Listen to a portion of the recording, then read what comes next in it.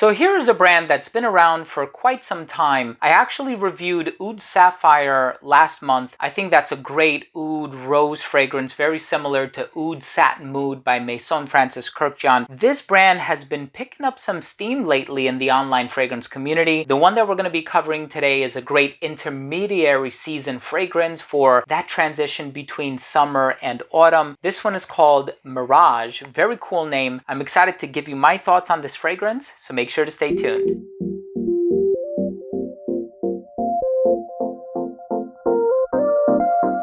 Now, before I begin today's video, I do want to mention that if you are interested in fragrance-related content, please do consider supporting the channel by subscribing to it. Hit the bell icon so you could be notified whenever I do upload future videos to the channel. And of course, give this video a thumbs up if you enjoyed it or if you took something of value from today's episode. Also, if you're interested in purchasing or sampling, because I always recommend sampling, this fragrance, you may do so at maxaroma.com. They do currently have it. It's going to be the first link down below. You can get a sample. They have really fast shipping, great customer service. I've also done events at their warehouse in Long Island City, and they just have a beautiful setup. And I'm looking forward to more people discovering them because they truly are amazing. Most of you probably have already used Max Aroma several times already. So this is a fragrance that came out in 2016. This has a lot orange, mandarin orange, grapefruit, resins. So there's a little bit of benzoin, there's a little bit of tolu balsam in here as well, vanilla and amber in the base. So this is a sweet resinous orange fragrance, which as soon as I saw the note breakdown, I was like, okay, I don't really know what to expect. Although there is another resinous orange fragrance that I do own and I've done a video on it. It's Decas by Xerjoff, composed by Chris Maurice. I even did a side-by-side just to see if I would spot any similarities. This one came out first, by the way. Decas came out in 2021. Not too similar. When you do that side-by-side, they're very, very different. But I'm excited to give you my thoughts on this fragrance, really let you know how it does on my skin, what seasons and all that other stuff I'd recommend it for. Let's take a quick look at the presentation first.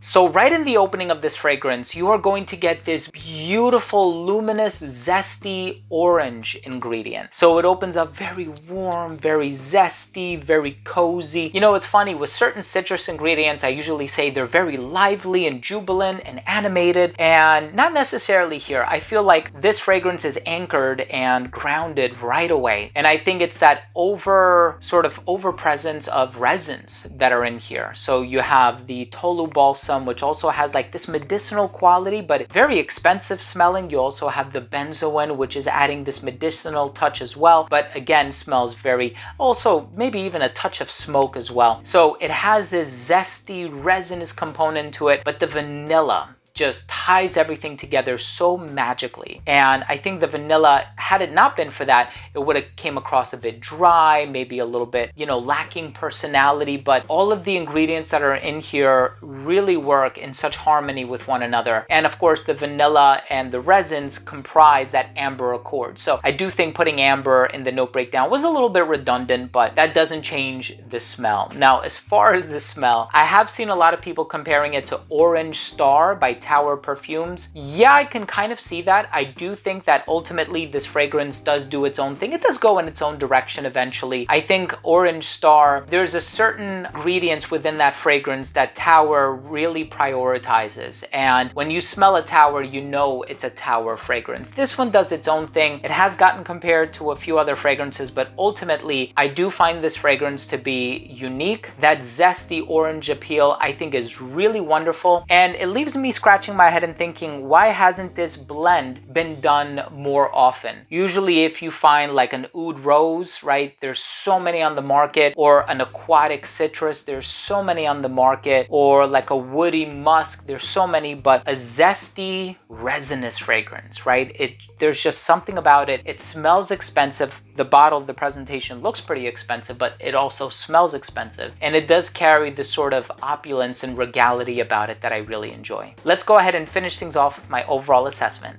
Now first, in terms of the uniqueness and the overall smell, I know I made a few comparisons throughout the course of this video, but it really does do its own thing. It is unique at the end of the day, and it's not 100% similar to any other fragrance that I've tried. And I have tried a couple of other orange resinous fragrances, not too many. I hope that it's a trend that may start back up because I've seen some within the past decade or two that have been quite wonderful. Longevity on this one was solid. I got about 8 to 9 hours on my skin. Projection was wonderful as well. Never radiated beyond an arm's length, but within an arm's length. It didn't become an elbow's length scent until hour 5, and it tapered off right around hour 8 or 9. So the performance for this fragrance is well above average. Excellent. In terms of the versatility, I think this is great for the intermediary season. So great for spring, great for autumn, and I think this one would work really well in the winter time too. I do think there's something quite formal about this fragrance, so I probably wouldn't wear it casually. So many other options to be worn casually. This is a great sort of formal occasion, special event, suit and tie, or really nice dress kind of a fragrance. Perfectly unisex. I think this one will appeal to somebody who's a little bit older and a little bit more experienced when it comes to niche perfumes. And the presentation on this one is really nice. It doesn't have the graphic and the cultural influence that Oud Sapphire did on the sleeve at least, but this one is really nice too, and I like how the bottle rests inside the box. My final verdict on this fragrance is I think it's a wonderful blend of orange and resins. The resins are very rich and thick and ambery, and the vanilla adds that perfect balance of sweetness without it being overly sweet, and the citrus is quite resolute as well. It is going to last at least a couple of hours before it diminishes, so it's a really nice blend with a really nice evolution, and I hope you have the opportunity to sample it at Max Aroma.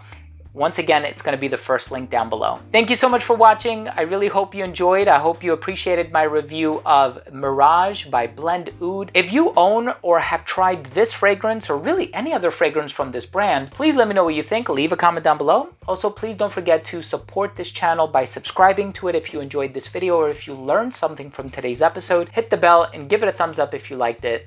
Love you all, and we'll see you tomorrow. Bye.